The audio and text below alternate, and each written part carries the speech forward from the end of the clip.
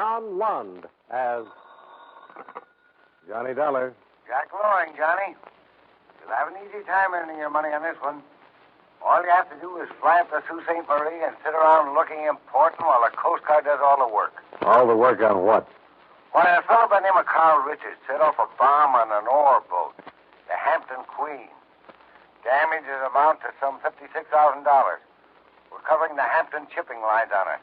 Well, if the Coast Guard's handling it, what do you want me there for? Just a formality. Richards disappeared after the explosion. Only quite some time before the Coast Guard picked him up. There won't be anything for you to do. A real snap. Yeah, I've heard that before. But somehow it never turns out that way. At this point in our program, I'd like to give you something to think about. Probably one of the most quoted Americans in our nation's history is Benjamin Franklin. It was Franklin who said, "Early to bed, early to rise makes a man healthy, wealthy, and wise." And never leave that till tomorrow, which you can do today. And, of course, the Lord helps them that help themselves. But probably one of his most familiar quotations is, "There are only two things in life of which we may be certain: death and taxes." Of course, what bothers most of our taxpayers is that death and taxes don't come in that order. But seriously, one of the biggest jobs handled by the Secretary of the Treasury is the collection of taxes, our government's main source of income. The government raises money through the Bureau of Internal Revenue, which collects income taxes, excise taxes, amusement taxes, and other federal taxes. The Bureau also checks to see that you haven't paid too little, and, believe it or not, that you haven't paid too much. Another way the government raises money is through the Bureau of Customs, which levies taxes on imports which are sent here from foreign countries. But although the Treasury Department collects the money, it is Congress, the men we send to Washington, who actually says who will pay taxes and how much. And that's one thing from which none of us can escape.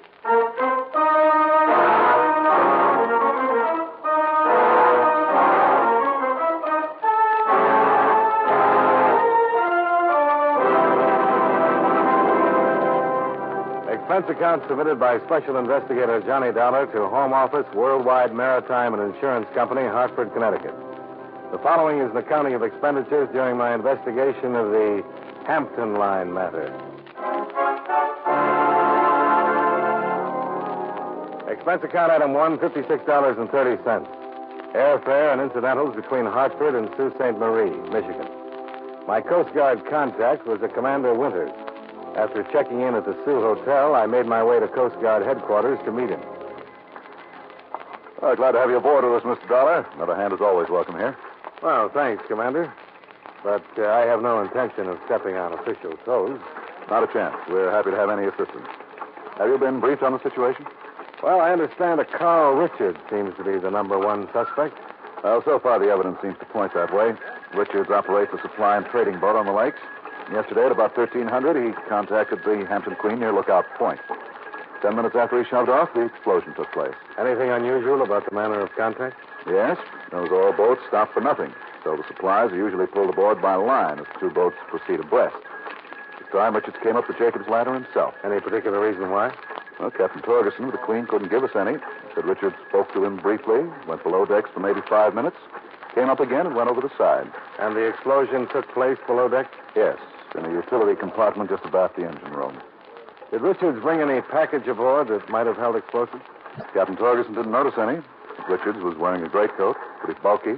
Might have had something underneath it. Uh-huh. Anything else to connect him with the explosion? One of the engine room hands saw him in that utility compartment. Nobody else was noticed down there. Then, of course, there's his disappearance. What's the dope on that, Commander? Well, after the supply boat shoved off from the Queen, it made no further contact, but it didn't pull into the docks until 2300 last night. When it did, Richards was not aboard. Well, who brought the boat in? His daughter, Elsa. She operated the boat with him. She claims she didn't know how her father got out of the boat, where he got out, or where he is right now. And she defies us to bring some kind of charge against her. Oh. Very interesting, Commander. But so far, there's one big hole right in the middle of the picture. Yes, I know. Motive. Is there any? Not that we can find. Richards has operated that supply boat over 20 years. Been an honest, law-abiding citizen with an excellent reputation. Haven't found one person who's got a bad word to say against him. If he did set off that explosion, the big question is, why? Yeah. But I've got a hunch I'm going to earn my money getting the answer.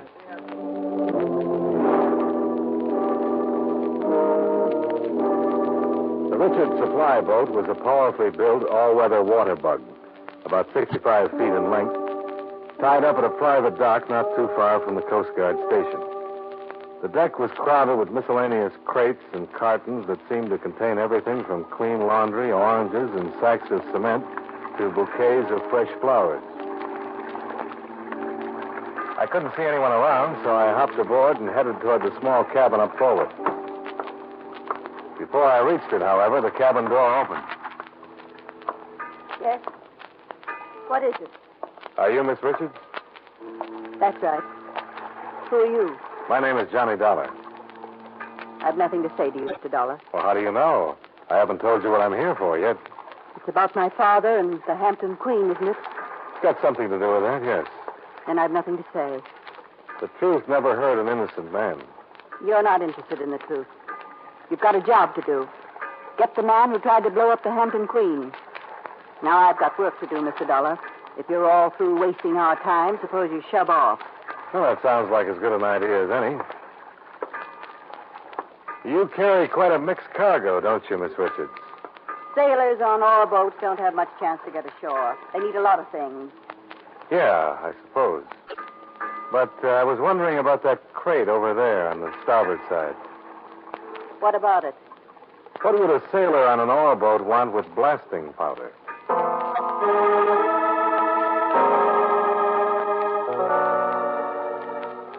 Expense account item 2, 75 cents. Cab fare to the Shoreview Hotel. I found Captain Torgerson on the hotel veranda, looking out over the endless parade of boats plowing their way up and down the lake. I don't know what you're coming around asking me questions for, Mr. Dollar. I don't know where Carl Richards is. Oh, the explosion took place on your boat, Captain. Richards was aboard some 10 minutes before the blast went off. So? Well, I thought you might be able to give me some idea why he did it. Who said he did? You don't think so? I know he didn't. Why not? That's Robert McNally, downbound, signaling for the locks. 18 minutes late this trip. If he gets the Sabine or Davis lock instead of the MacArthur, Bob McNally's going to be hopping. Yeah, why is that? The MacArthur empties in 10 minutes. Faster getaway. I see. We were talking about Carl Richards. I've known him 25 years now. Know the man inside and out. He didn't do it. And why did he come aboard the Hampton Queen? Didn't say. Any idea why he went below decks? No. Well, it seems to me you'd be curious.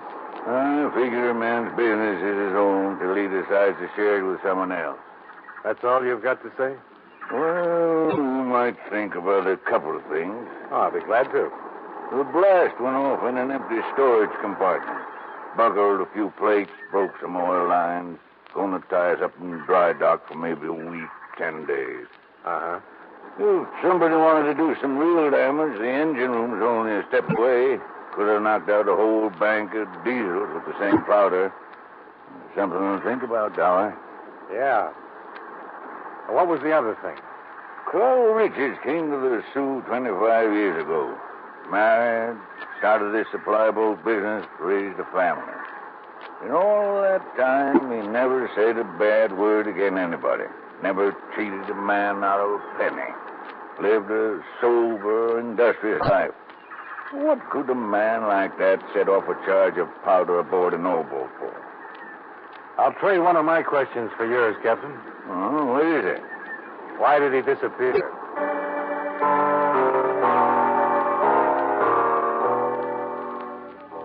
I spent the rest of the afternoon talking to neighbors, dock hands, sailors, and canal workers. Everyone agreed with Captain Torgerson's opinion of Carl Richards.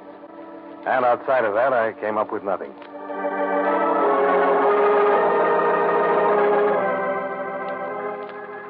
By the time I got back to Coast Guard headquarters, it was getting dark.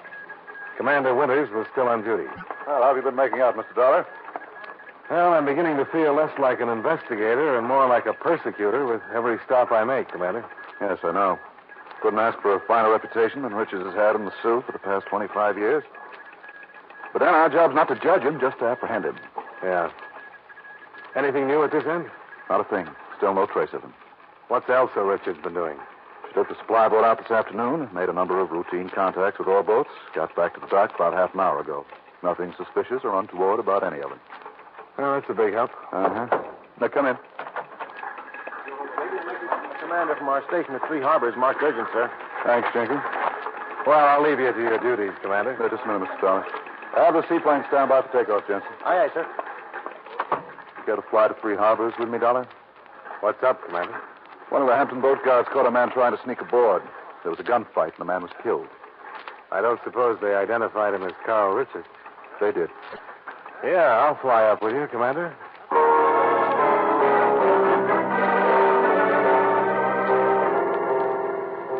Our first stop was the Richards supply boat, where we picked up Elsa.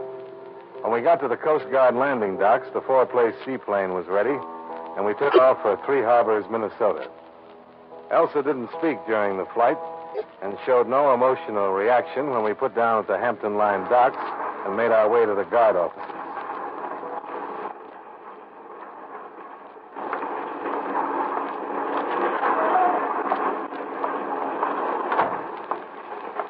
Commander Winters? That's right. I'm Bill Fraser, Commander, the guard who shot that suspect earlier this evening. I'm glad to know you, Mr. Fraser. This is Miss Richards, Mr. Dollar. How are you, Mr. Fraser? Dollar. Sorry we had to meet under these circumstances, Miss Richards. Where is he, Mr. Fraser? We have a day room back here. In here, Miss Richards. Do you mind if I go in alone first? Oh, yes, not at all. Thank you. Yeah, it's real rough. I wasn't expecting to run into Richard's daughter. You made a positive identification? Yeah, I got her wallet in the desk over here. Has the usual identification cards in it, driver's license, the rest of it. What were the circumstances, Mr. Fraser? Oh, I was standing the night watch when I saw this dinghy trying to sneak in under the stern. I hailed it and got a shot in return for my troubles. Fired back, got a lucky hit. Any explosive in the dinghy? Yeah, blasting powder. When I saw that, I thought of Carl Richards. When I got him ashore, we found the proof. Uh-huh. Well, that seems to tie this one up, Mr. Dollar. We may never know why Richards was doing it, but there's no doubt now that he was. It looks like it, Commander. Does that mean you have some reservations? No, not particularly. I'm just wondering why he was up here in Three Harbors. Well, outside of the Sioux, it's the closest point to the Canadian border. Might have been intending to head there after he got through. Oh, excuse me. Hampton line. Oh, yes, just a moment, please. It's for you, Commander. Thanks. Commander Winters. Where did it happen? Okay, send a cutter out. We'll be there as quickly as possible. You're not through any against Dollar. More trouble? Yes. One of the Hampton boats. Another explosion below decks.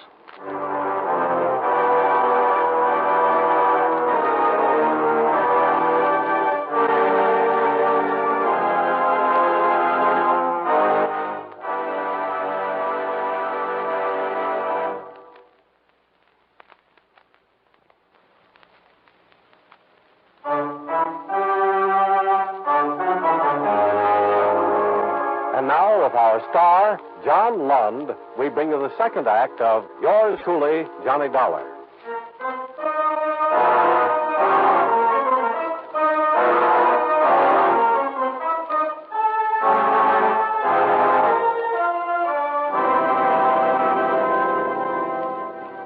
It took us approximately 2 hours to make it to Parisian Island in the Hampton boat, the James K. She was limping along at about 3 knots, and we had no trouble putting down alongside and getting aboard. The James K.'s skipper, Captain Hartzell, took us below decks for a look at the damage. Here's where the blast went off. Most of the damage confined between these bulkheads. Some water coming in, but pumps have it under control. We'll make the Sioux without any trouble. Engine room's right over there, isn't it? That's right. This is just an auxiliary compartment. No, there's no question about the setup being identical to the Hampton Queen. Yeah. What are these pipes up here, Captain? Auxiliary fuel and water. Most of the effect of the blast seems to be right there. This central pipe looks as though the force of the blast came from inside. Well, you think the explosive was inside that pipe? Well, I'd say it's a good possibility. If Sam Tyler ever comes around, he'll be able to tell us. Who's he? Abel Seaman. He was in here when the blast took place. Your cutter took him to the hospital at the Sioux. Is he badly hurt? Pretty bad.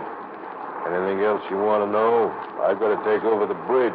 To get into the locks pretty soon. How about it, Dollar? I can't think of a thing.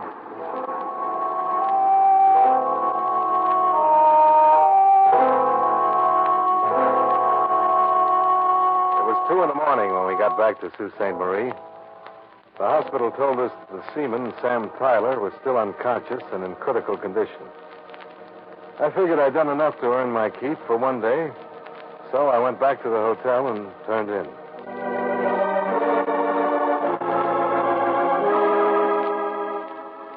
Expense account item 3, $1. Country-style breakfast at the Sioux Hotel Cafe. After my third cup of coffee, I put a call through to Commander Winters at Coast Guard headquarters. Well, we just got a report that they finished the Richards inquest at Three Harbors. Didn't take them long, did it? No, verdict was justifiable homicide. Miss Richards set the services for this afternoon. We may have to disappoint her. Why is that, Dollar? I don't like that rush inquest, Commander. Suppose we see what an autopsy surgeon has to say.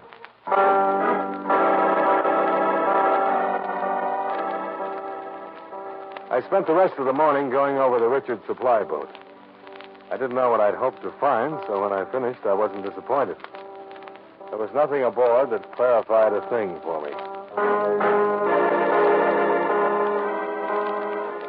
Back at the hotel, I found a message to call Jack Loring in Hartford. I put the call through.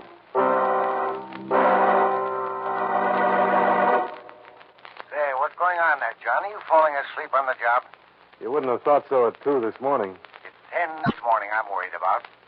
We've got a report that another of the Hampton boats is damaged. You got it straight, Jack. Well, holy smoke, Johnny. We sent you out there to do a job. Oh, is that so? I thought it was just a formality while the Coast Guard did all the work. Never mind that. Let's get some action. We can't stand any more of these claims piling up. Now, I had the Hampton line tie up all their ships at the dock. Can't take a chance on any more of these things happening. Well, cancel your order, Jack. What do you mean, cancel it? What difference does it make if those ships are tied up or sailing the lake? I don't know yet, but it may. And I hope I'm going to find out within 24 hours. Now, will you cancel it? Okay, John. 24 hours. Now, 1 minute more.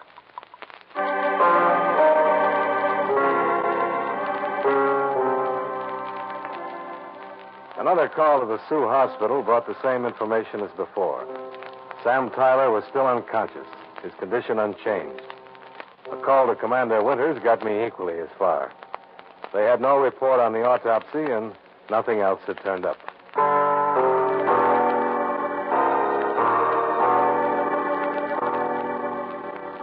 I went down to the dry dock where they had the James K. in for repairs and contacted Captain Hartzell. Oh, Carl Richards hadn't been aboard the James K. for close to 3 weeks. He made the downbound run to Erie. Time he came back, loaded up and headed toward the Sioux again. Yeah, it must have been at least 3 weeks. You didn't see Elsa Richards either? No, the supply boat usually contacts us at Lookout Point on the downbound run. We hadn't reached there when that thing blew up below decks. Uh-huh. You have to turn in a checklist of all men aboard for the Union, don't you, Captain? Yeah, that's right. You mind if I have a copy of it? No, glad to.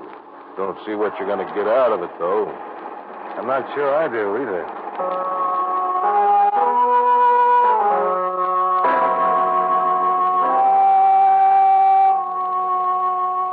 I made my way next to the Hampton Queen to get a similar list from Captain Torgeson. He wasn't around, but his first mate supplied me with one.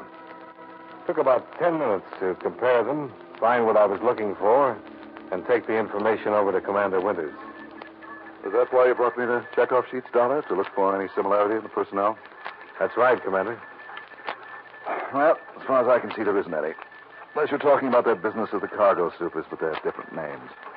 Yeah, but on both boats, the man who signed on is listed as substitute or replacement. Do you think that's more than mere coincidence? Well, if it's coincidence, it's one too many for me. What do you mean? The man who originally signed on and then was replaced on both boats was Bill Fraser. Yes, sir? Get me our station at Three Harbors.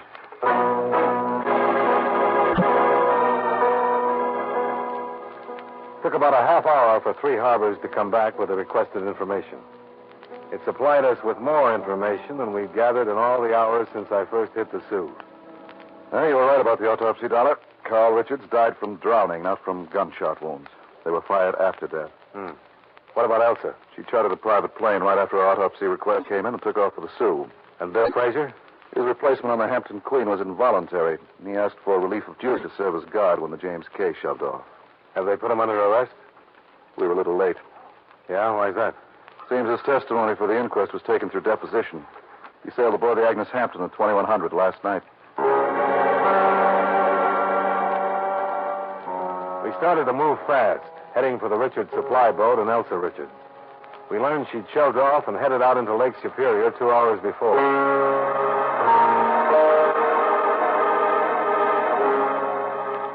20 minutes later, we were in the Coast Guard plane heading out after her. Looks like it'll be a close one, Dollar. You better make it, Commander. What do you figure will happen if you don't? She'll make contact, Fraser will get aboard, and they'll be off for Canada. Where'd you get the hunch, Dollar? The booby traps tipped me off, Commander. The way those auxiliary oil pipes exploded from the inside. There had to be some reason for it. I suppose it makes sense. Fraser was bringing in contraband from Canada, concealed in those oil lines. The booby trap gimmick was perfect. If anybody got suspicious and tried to investigate, the evidence was destroyed. Yeah. And the supply boat made the perfect tie-up. One contact each downbound trip is all they needed. You think Carl was in on it? No, I doubt it. I think he was trying to cover up for his daughter. Probably set a delayed fuse aboard the Queen to destroy the evidence. And then she and Fraser. Yeah. Nice beat.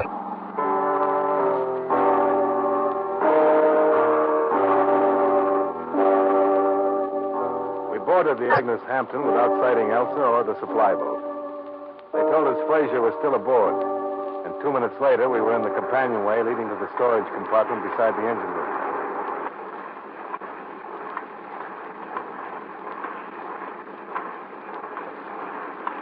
All right, hold it. See him, Dollar? No. He's around the corner of the boat here. No one back. Above deck. You're not coming in here after me. It's no good, Fraser. You better come out. Not a chance. Either you come out or we come in after you. Better make it easy on yourself. That's no laugh. You take one more step, I'm blowing the ship sky high. The bluff won't work, Fraser. Those charges aren't big enough. Not this time, Dollar. I got a real charge in here now. I figured something like this might happen, and I'm taking no chances. You think he's bluffing? I don't know. If you think I'm kidding, just come on in here and try to dig me. Now, why don't you be smart and go on above deck? What if we do, Fraser? You can't get off the boat with that stuff. You hear of the Bangalore torpedo, Dollar? Yeah? Well, that's what I've got right here. I can attach both ends of this pipe, take the explosive and the stuff, and walk off this boat carrying them in my hands. Anybody tries to stop me, I'll just pull the string. Looks like he's got a stymie. Oh, maybe not. If this boat's like the James K. and the Queen, he can't reach the auxiliary pipes from where he's standing. In order to get to him, he has to expose himself. It'll only be for a fraction of a second. Well, maybe that'll be long enough. Now, you keep talking. I'm going to edge my way up and try to take him. You can't shoot, Dollar. A ricochet could send it off. Yeah, I thought of that. What are you guys chinning about? You got nothing to talk over? There's only one place for you to go, and that's above deck. We still think you might be bluffing, Fraser. Go ahead and prove it. Come on in here and see what's going to happen. Now, look. Elsa Richards hasn't even got here with the supply boat yet. She may never get here. Ever think she might be playing it safe, heading for Canada by herself? That's a lousy bluff, Commander. With the stuff we got here, she's not going to take any run-out powder on me. She knows she won't. All right, Fraser, hold it. I warn you, Dollar. You all right, Dollar? Yeah, fine, Commander. Oh. That deserves a nicely done commendation if I ever heard one. You got to him just in time. That's the trouble. I didn't. What? He got to the plate before I reached him. Pretty lucky it turned out to be a dud.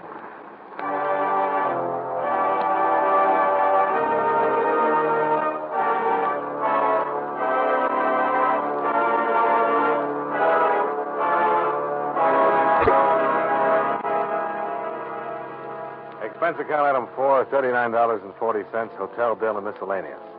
Expense account item 5, $61.10, airfare back to Hartford. Expense account total, $158.55. Remarks.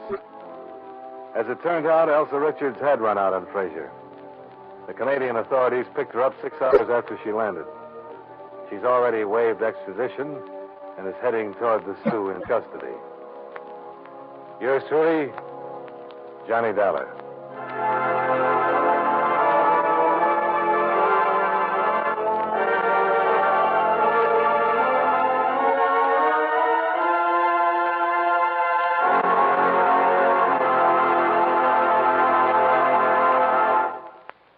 You know, many great men have attained the highest office in our land, the presidency of the United States. Can you guess the name of this man? During the Black Hawk War in 1832, he volunteered for service and was made captain of his company. As a member of Congress in 1847, he was opposed to the Mexican War. He also opposed the Kansas-Nebraska bill, which favored the extension of slavery. During this time, he was offered the governorship of the Oregon Territory, but refused it. Over 6 feet tall and not particularly good-looking, he was known for his droll sense of humor. If you don't have his name by now, here's an important clue. His unexpected acceptance of an invitation to attend the dedication of a soldier cemetery was responsible for one of the greatest speeches in our history. Who was he? Abraham Lincoln, 16th President of the United States. His life is part of your American heritage.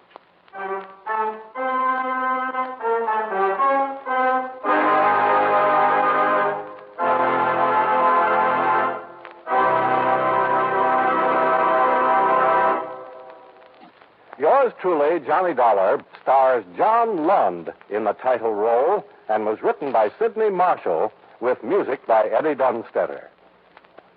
Featured in tonight's cast were Jim Nusser as Jack Loring, Hy Averback as Commander Winters, Lee Patrick as Elsa Richards, Ed Begley as Captain Torgeson, Clayton Post as Captain Hartzell, and Hal March as Bill Fraser. Yours truly, Johnny Dollar, is produced and directed by Jaime Del Valle.